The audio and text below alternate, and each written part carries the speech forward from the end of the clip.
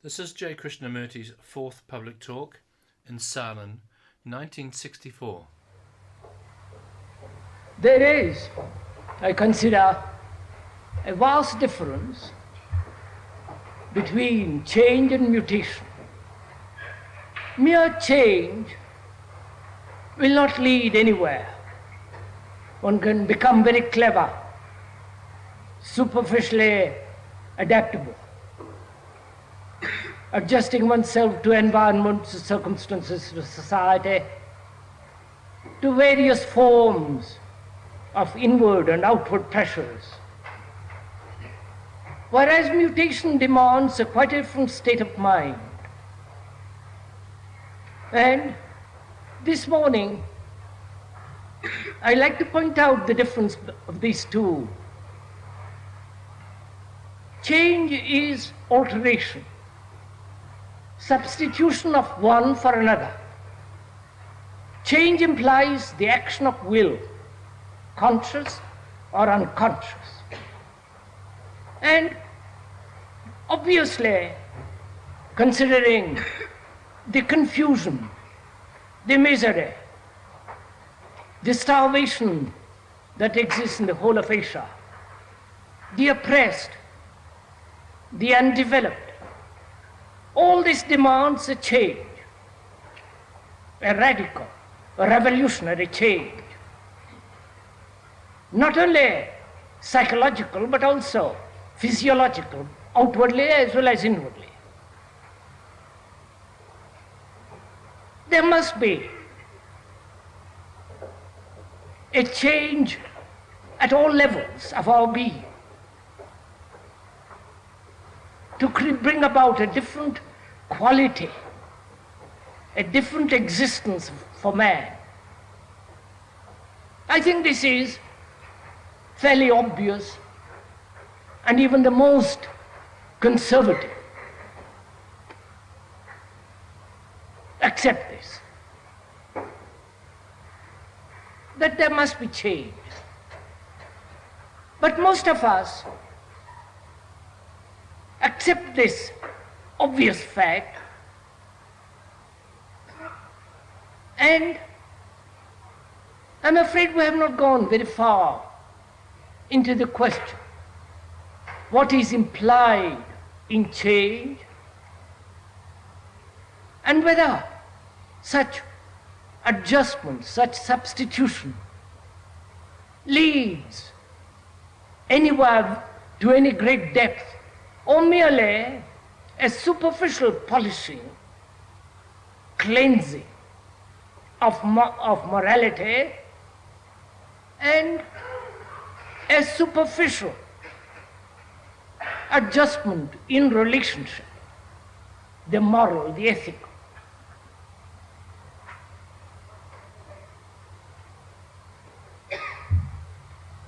Before we can go into the question of mutation, I think we ought to understand pretty deeply and thoroughly what is involved in change.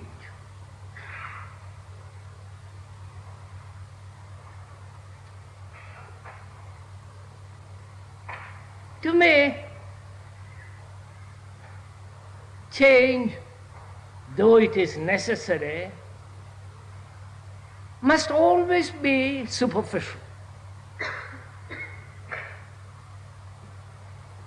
I mean by superficiality an initiative of movement brought about by desire and hence by will, a directive, a movement focused in a particular direction, towards a particular attitude and action. And all motive and all change obviously has behind it motive.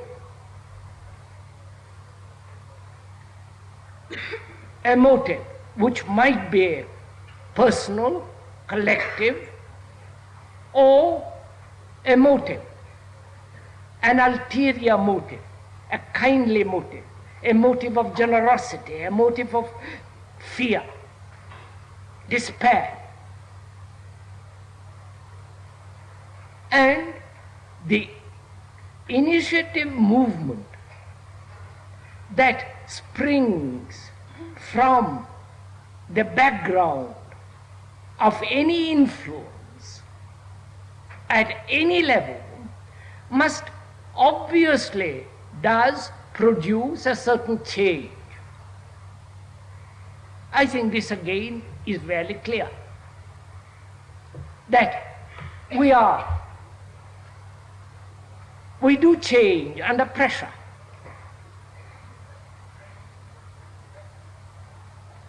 We do bring about a certain modification in our attitudes under influence, under new discoveries, under different strains and pressures. We are very susceptible, as an individual as well as collectively, to modify ourselves under pressure, under influence.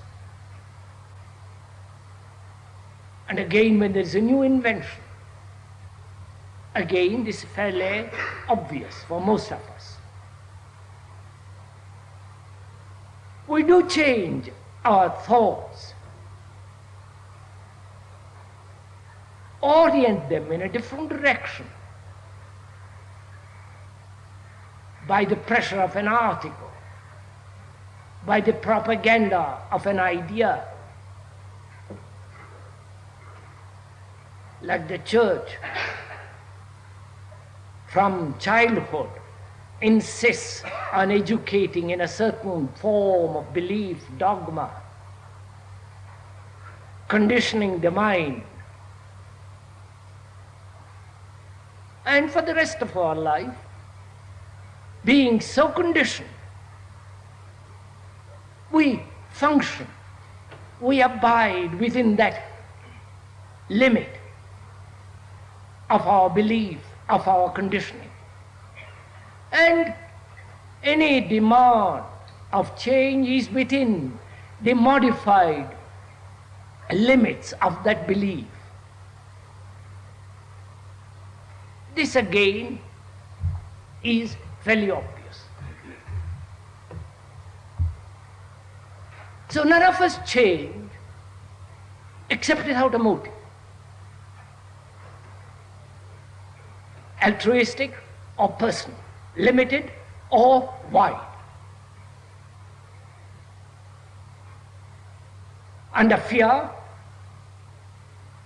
for a reward, or for some promise of some future state. Sacrificing oneself for the collective as the state, or for sacrificing oneself to a particular idea as God. All this involves certain change, brought about consciously or unconsciously.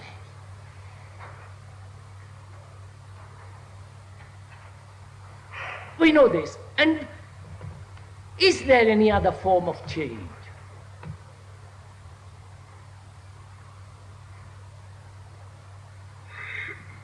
And one sees in this modified continuity of what has been, which is called change, we can become very clever, go to the moon, invent new things, find new discoveries in physics, science, mathematics, and so on, so on, so on. Like the anthropoid apes, we can become extraordinarily clever, very well informed, knowledgeable. And is that all? And does not change imply a continuity of what has been modified and having the capacity to adjust to oneself to a new environment, to a new pressure?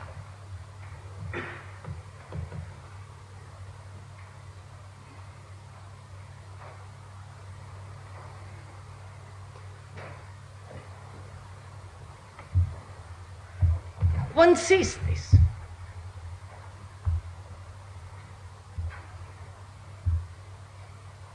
Intellectually, one perceives the implications of this stupid form of change.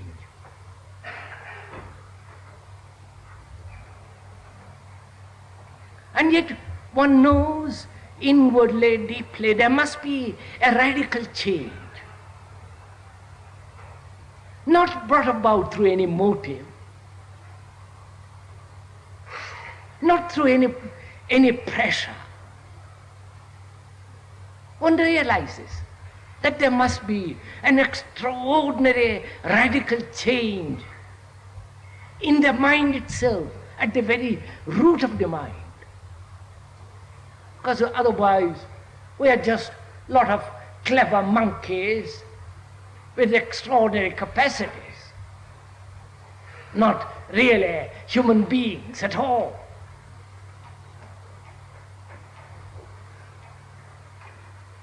So, having put the question to oneself, what is one to do?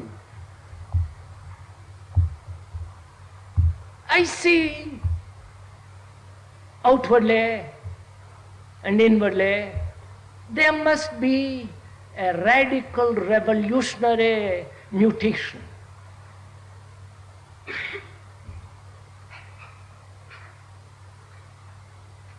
Right through one's consciousness. At the very root of our being there must be a tearing up. Because otherwise we cannot solve our problems. Our problems increase more and more and more, both economic and social and relationship. And one does need a new mind, a fresh mind to perceive all this and bring about a mutation which is not voluntarily, which has no motive.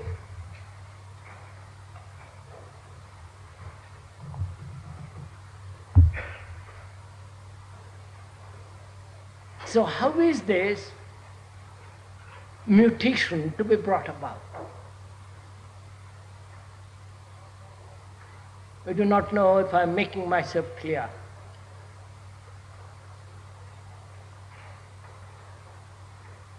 One can exercise will being desire, strengthened in a particular direction by determination. Determination initiated by fear, reward, or the necessity of a change.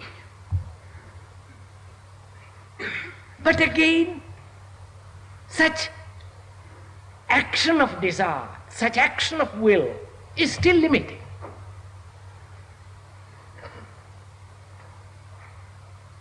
So I see all this.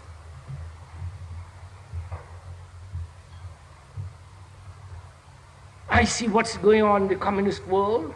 I see what's going on in so-called the capitalist world and the nation. I see, as an observer, that there must be in the human being an extraordinary revolution, psychological revolution.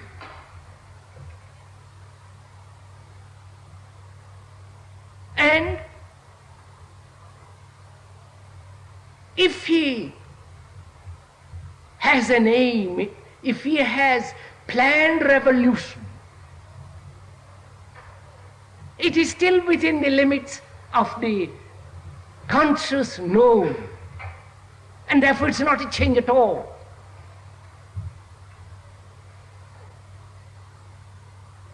Look, I can change myself.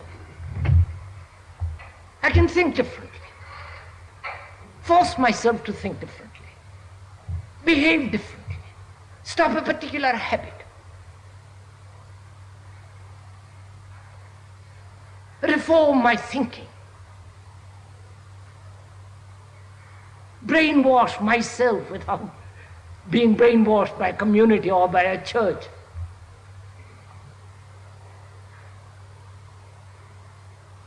I can get rid of nationalism and all the stupidities of nationalism. Those are all fairly simple. But at the same time, I see the utter futility of all that, because that doesn't lead anywhere. It doesn't lead to great depth of one's, from which one can live, be, and function.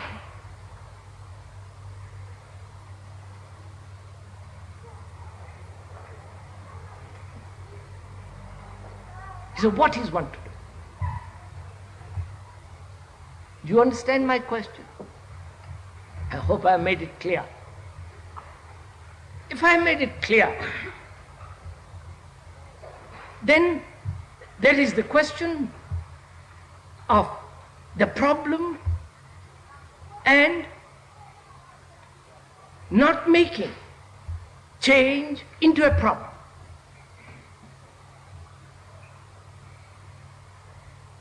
Because if I make an effort to change, then the effort has a motive, and that initiates a certain movement in a particular direction which is desired.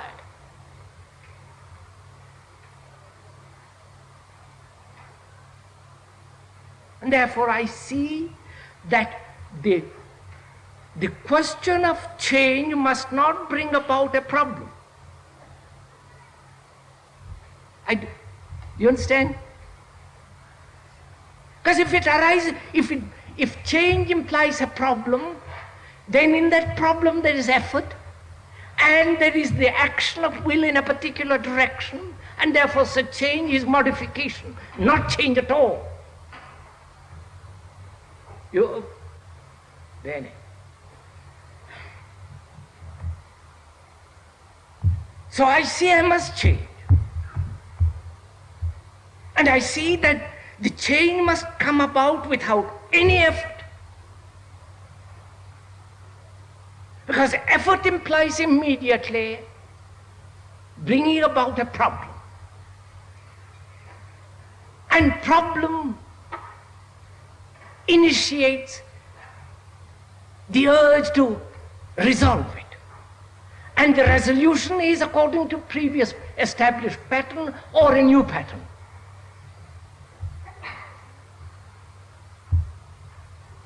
So, I see the necessity of change, and that the change must not bring about a problem. The very movement of change must not create a problem.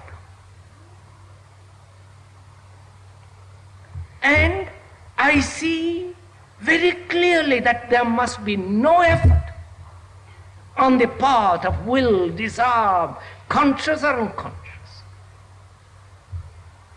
Because all that implies a strain, a conflict, a direction of a particular formula,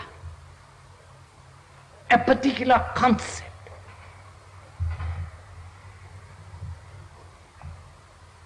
So what is one to do? I do not know if you feel the same way as I do, that how extraordinarily interesting it is, not only intellectually, but actually.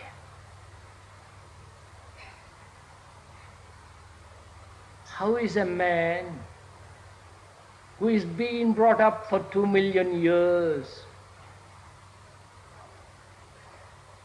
making endless effort to change, caught in endless misery, in despair, in fear, with an occasional flash of joy and delight?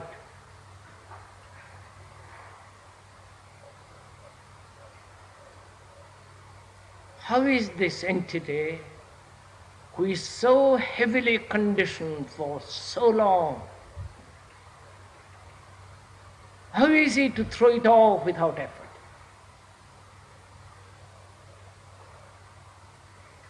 And the throwing it off must never become a problem.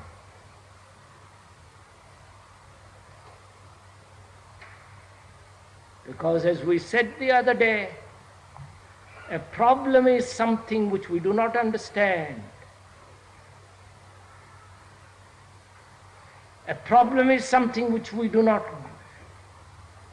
see or have the capacity to go to the very end of it and finish it. And so man has carried on with this issue for 2 million years and more.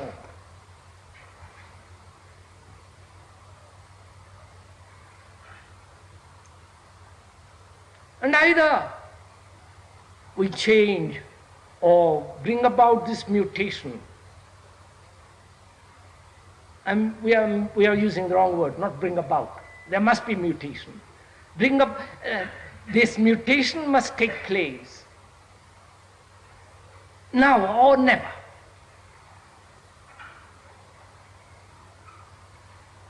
Because if you introduce time in mutation, then time creates the problem.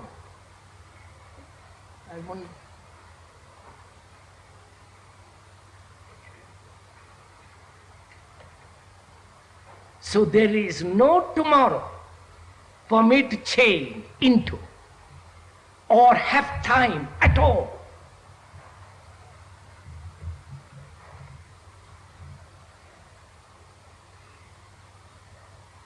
So I see thought is time. You understand?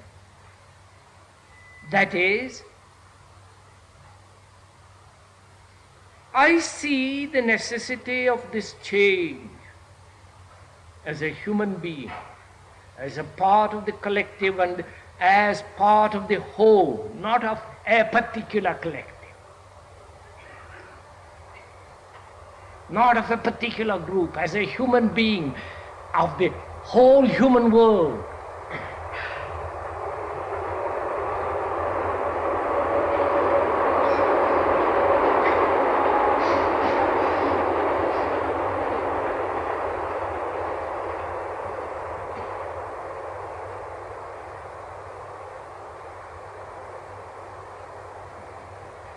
I see this. And I also see that time must not enter into this factor at all. Time being thought. Thought cannot resolve this problem. I've exercised thought for a millennia, for thousands and thousands, and yet I have not changed. I carry on with my habits, with my fears, with my greed, with my envy, and the whole competitive business of existence. I'm not changed. I'm still caught in that. And thought has created the pattern.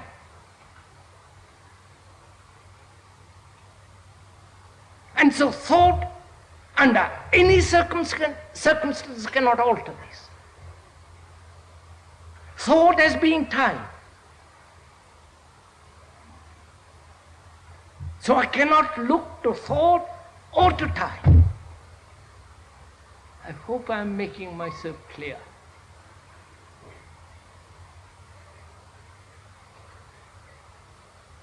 So there is no exercising of will, nor allowing thought to guide the change.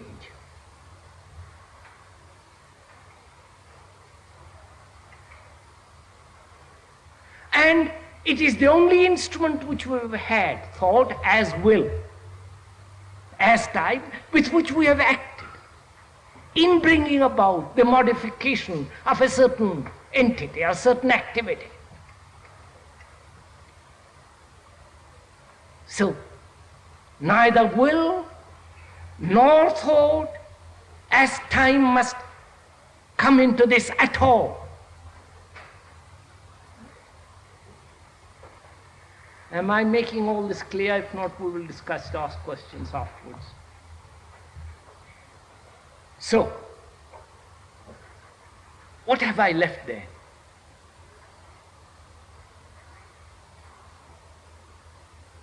I see desire with its will cannot bring about a radical mutation in myself. I have played with that for centuries. Man has played. And also, man has used thought as an instrument to bring about change within himself. And again, it has not succeeded. And thought as time, as tomorrow, tomorrow's demands, tomorrow's inventions, tomorrow's pressures, influences, the strain of all that, to that, again I see that has not produced a tremendous radical revolution.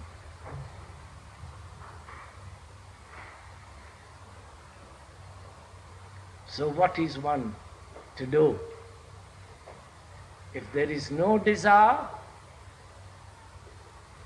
or rather, if one has understood the whole structure and the movement, the activity of will, then will does not operate at all. Then thought as time, as a postponement, as an acceptance of a formula and functioning according to that formula or a concept.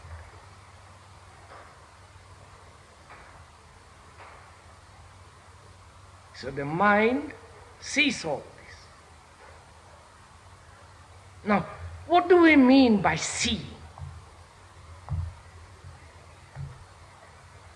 I say to myself, I see this. Is the seeing, understanding merely intellectual, verbal, or is the seeing something as a fact?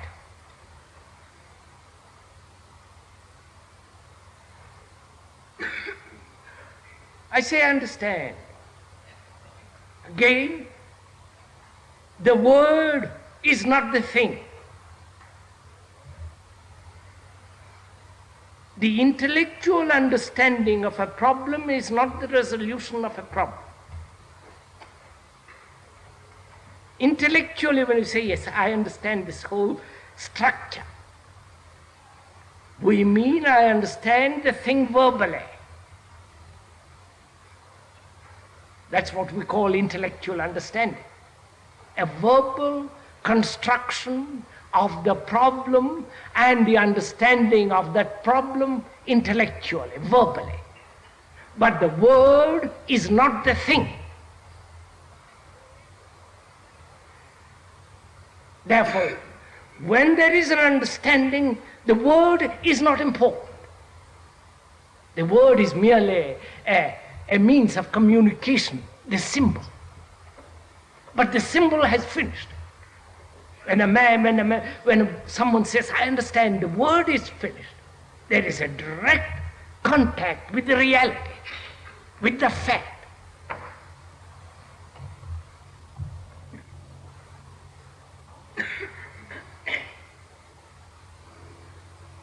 So to see the fact of the futility of will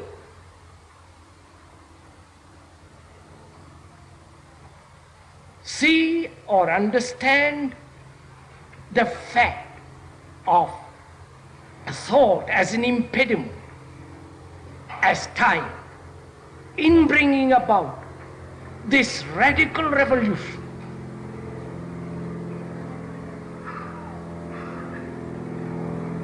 Then the mind, having rejected the whole structure of thought,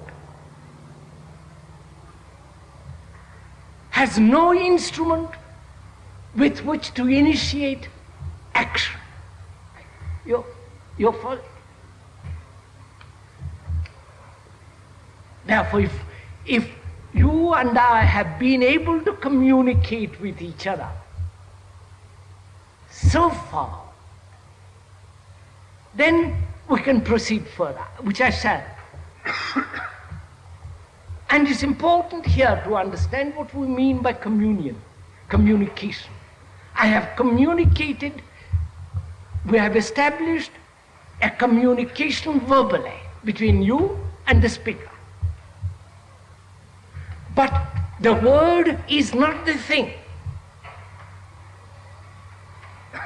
Therefore, you and the speaker have established a communion.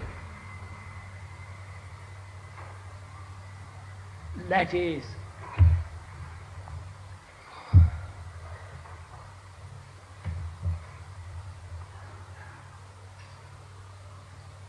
if you ever walk by yourself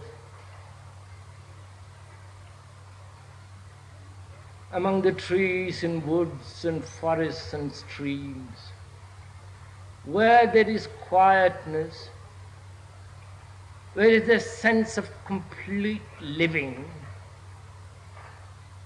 where there is communion with everything, with the rock, with the flowers, with the stream, with the trees, with the sky,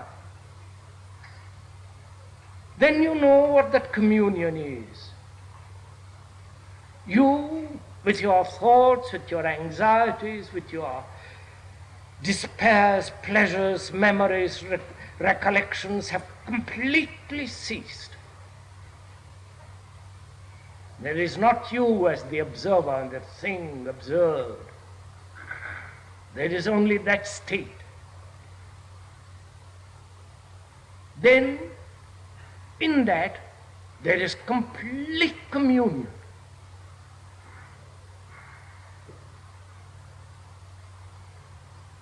And that's what we, I hope, have established.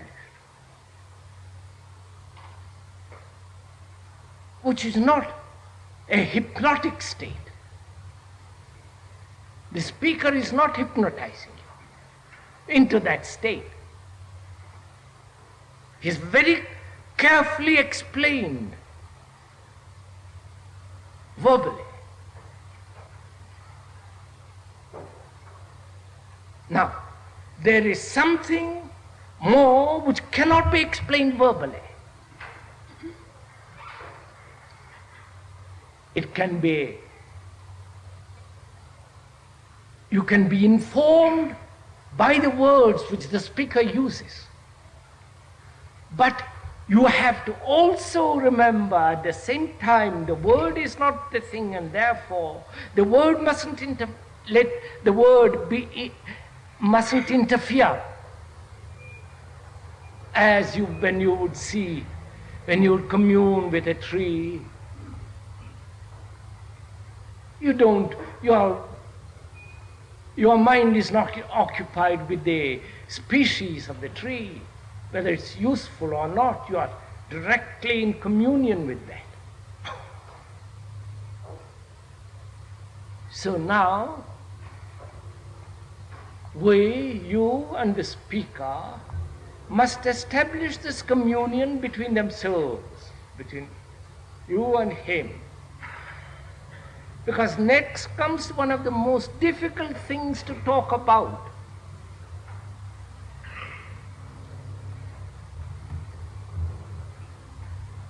As I said, will, thought, time, and the movement that is initiated by any pressure has come to an end.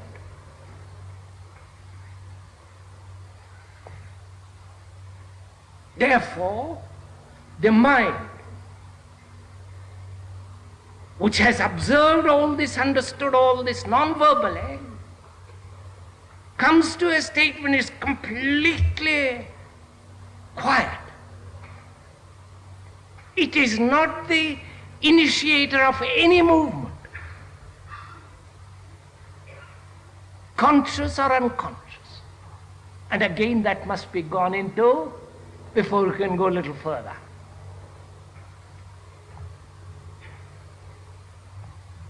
You may not want consciously to act in any particular direction. Because you have learned, you have watched all the futility of every kind of change, from the communist to the most reactionary conservative. You have read, you have observed, and you see how silly all this is. That is the conscious acknowledgement of the fact of the stupidity of a superficial change. But inwardly, unconsciously, there is this tremendous weight of the past.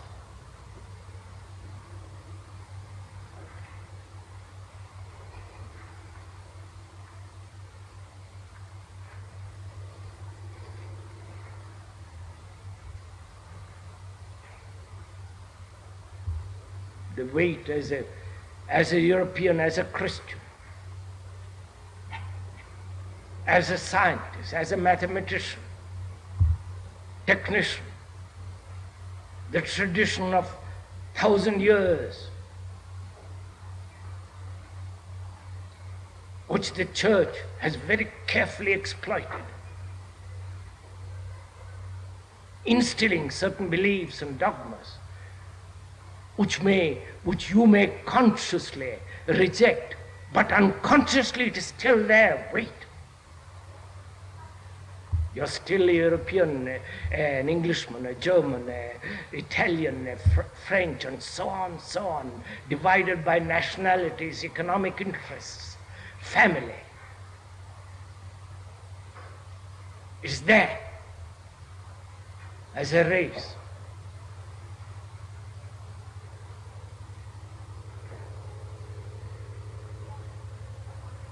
And it is there much deeper,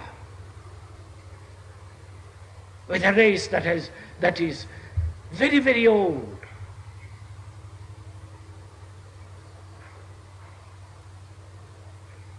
Now, how is one to wipe all that away?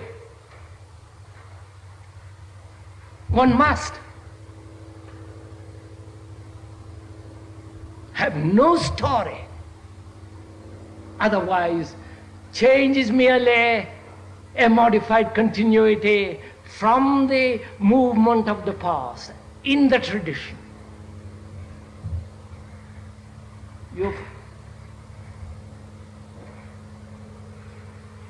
So how is the unconscious to be cleansed immediately?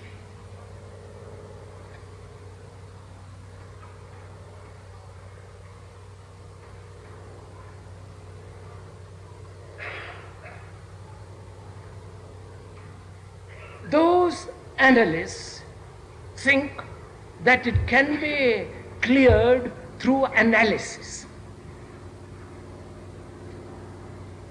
Dreams, investigation, exploration, confessions, the process of analysis can cleanse the unconscious so completely or partially that you at least become a normal human being, adjusting yourself to the present environment.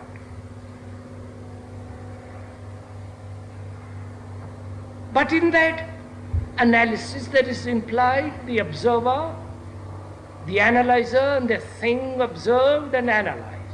Again a duality, again a conflict, again an interpretation, a translation. Am I me?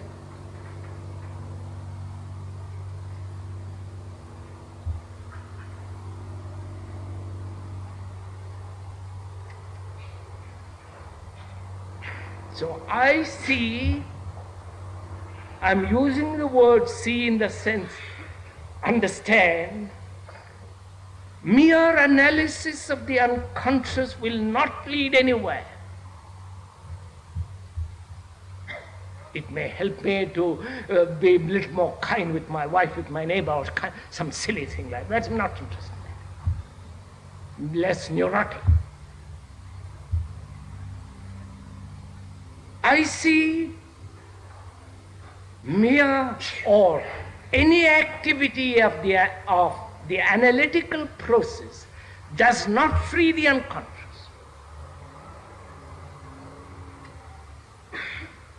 Because it needs time, right interpretation, and again the whole movement of thought as the observer and the thing observed, the analyzed, and the thing analyzed, and the analyzer. So, I reject completely the process of analysis.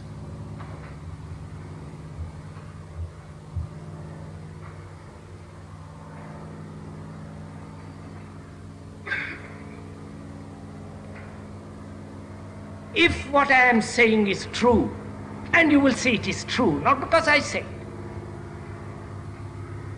then that very perception of what is true, the fact that analysis does not under any circumstances clear wipe away the unconscious. And you must wipe away the unconscious, otherwise you cannot proceed further. When you see that fact, you are out of this analysis, right? You no longer analyze.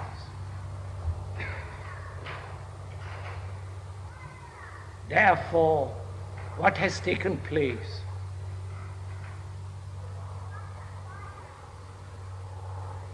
Because there is no analyzer, the thinker, separate from the thing that he analyzes or thinks about, he is that.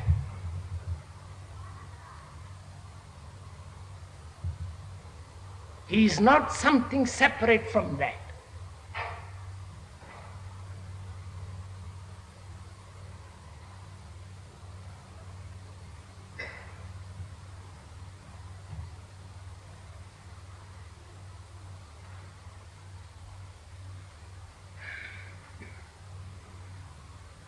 And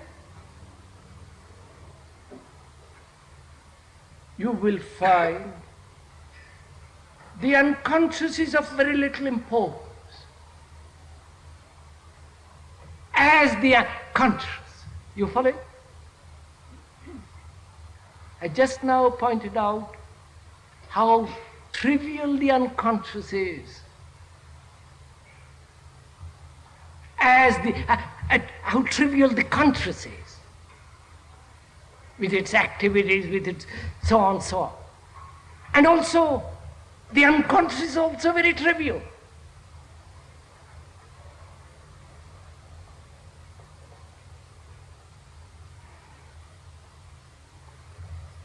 Because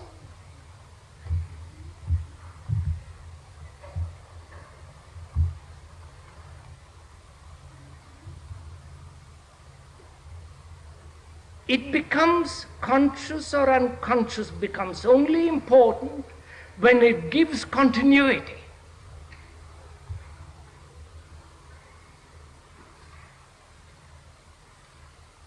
And the continuity is given by thought, again conscious or unconscious. So when I see the futility of thought in bringing about this change, thought is useful technologically and all the rest of it. We are not discussing that. But the futility of thought in bringing about this radical revolution, and therefore I see how thought gives continuity, then there is an end to continuity as thinking. Right?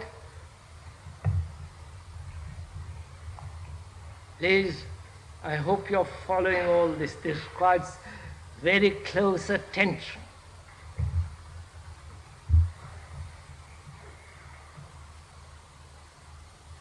Then you will see the conscious of the unconscious has very little importance. It has only importance when thought gives it continuity.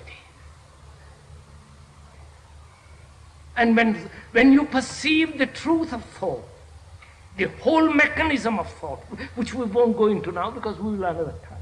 When you go into that, when you see the whole process of thinking is a response of the past, and that it cannot alter, the tremendous demand of mutation. Therefore, the conscious and unconscious become silent, therefore trivial, unimportant. Right? You following?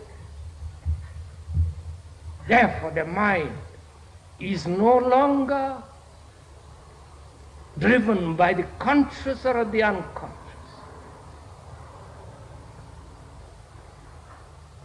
It's no longer the influence of the conscious or the unconscious. Therefore, it is no longer initiating any movement. And so it is completely quiet and still and silent. Completely silent. Though it is aware that there must be change, there must be a revolution, there must be complete transformation at the root of one's being, it does not initiate any movement in any direction. Therefore, in that complete awareness, in that complete silence, there is mutation has taken place.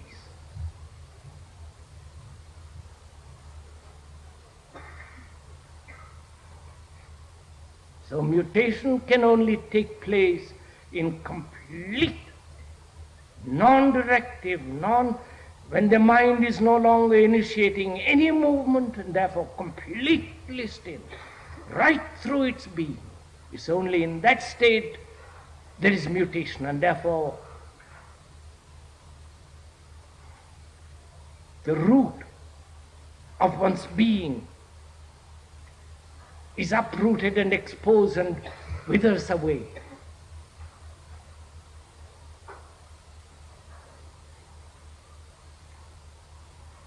And that is the only revolution, not the economic or social. And it is only in that state of mutation, not brought about, and you cannot bring it about by will or by thought. It's only in that state that you can perceive something beyond all the measure of words, all theology, something that is supreme and beyond all recognition.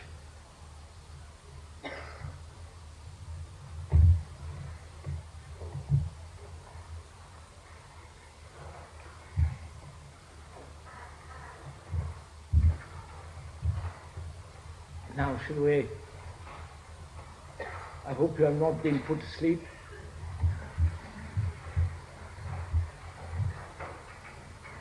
Perhaps you will be good enough to ask some questions about what we have been talking.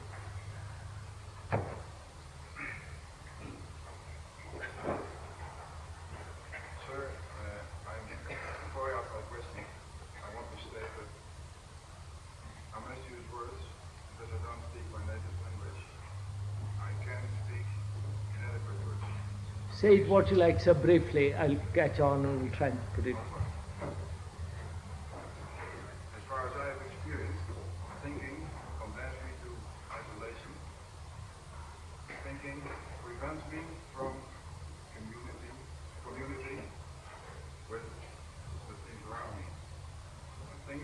Thinking prevents going into the roots of myself.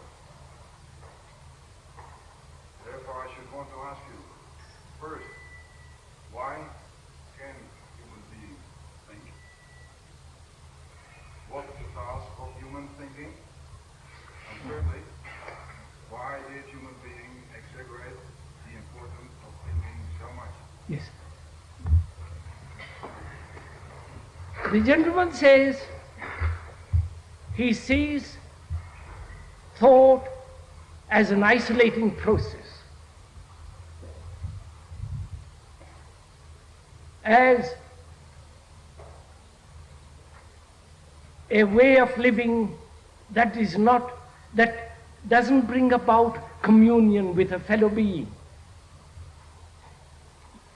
So he recognizes, he says, thought has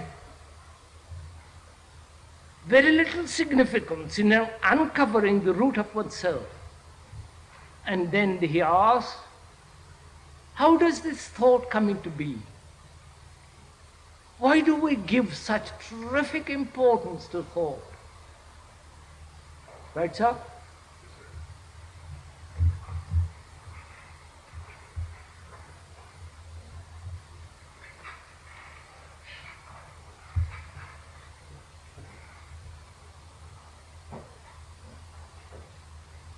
I thought we had gone beyond all that. All right, sir, let me explain.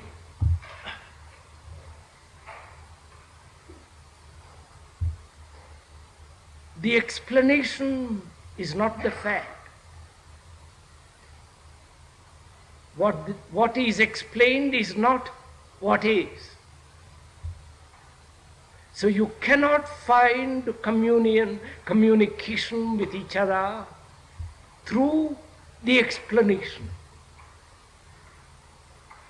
We have communion with each other only when you and I see the fact and leave the fact alone, not interfere with it. Then we are in communion with that fact. But if you interpret it in one way and I interpret it another way, we are not concerned about the fact, right?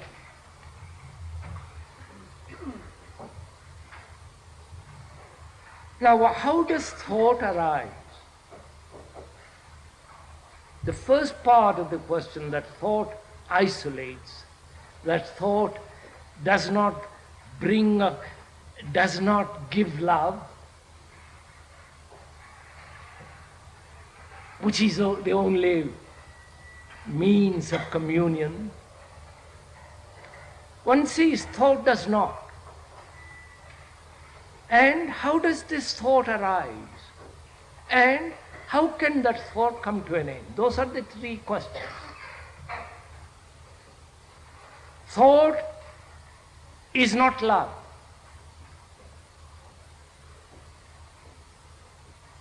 And thought, the mechanism of thought has to be understood. And in the very understanding of it is the ending of it. Right. So how does thought arise?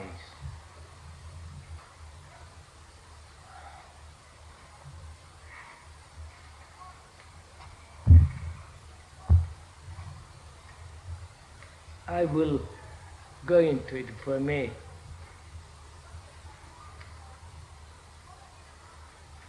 Thought can only arise when there is a challenge and a reaction.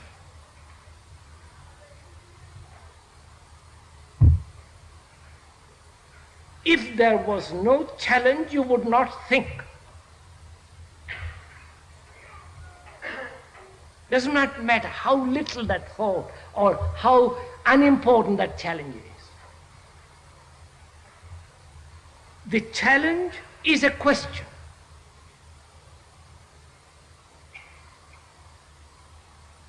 However trivial or however great. And according to that question, you respond.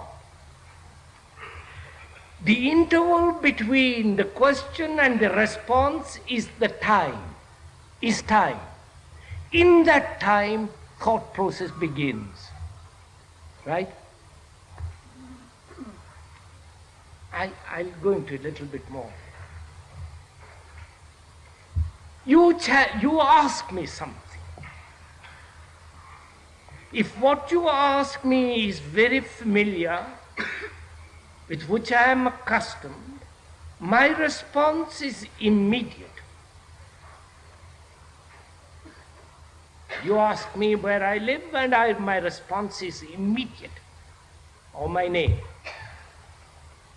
There is no time interval to think about. I have already thought about it. It has become familiar, and to your question, I respond immediately. Then, to your question, a little more complex, I take time.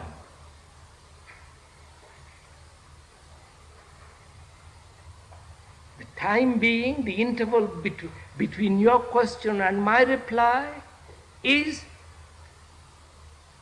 looking into memory. You ask me, what is the distance from here to the moon or to London? I don't know. I'm inquiring. I say, by Jove, do I know anything about it? Yes, I do. It is 3,000 to whatever miles it is. And I reply. So, between your question and my answer, there is an interval of time in which the memory has come into operation and then replies. That memory can come into operation immediately or take time. In that time interval, the memory is functioning, looking, acting, searching, and then comes out a reply. So, your challenge and my response can be immediate or there can be time interval. You ask me a question which I don't know, or the answer of which I don't know.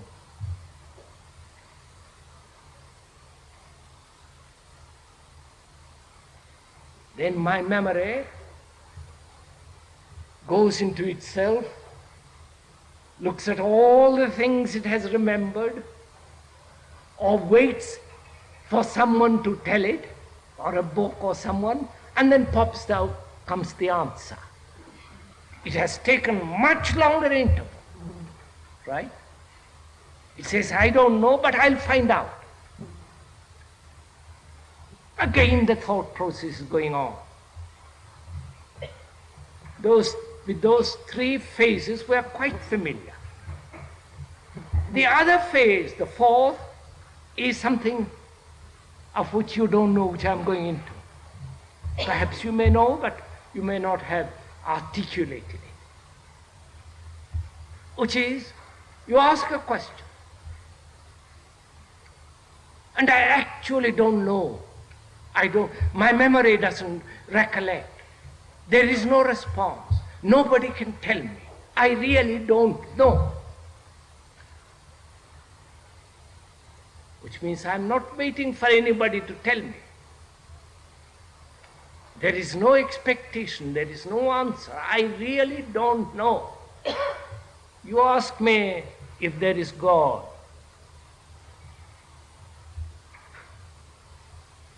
I say, not because I'm a believer or a non-believer. I say, don't ask that question. You have an answer to that question, but I haven't got an answer. If my answer would be entirely different, it is non-verbal, it is an actual state. You understand what I'm saying? Or you ask me something which I really don't know. And I don't know. And I'm not waiting for an answer. So that state of mind which says, I do not know, in which there is no expectation, and therefore no time interval, and therefore no thought, because it's not looking.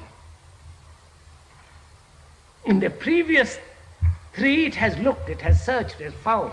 Here there is no searching. And that is the state of mind that is actually a complete negation, freedom from everything that it has known.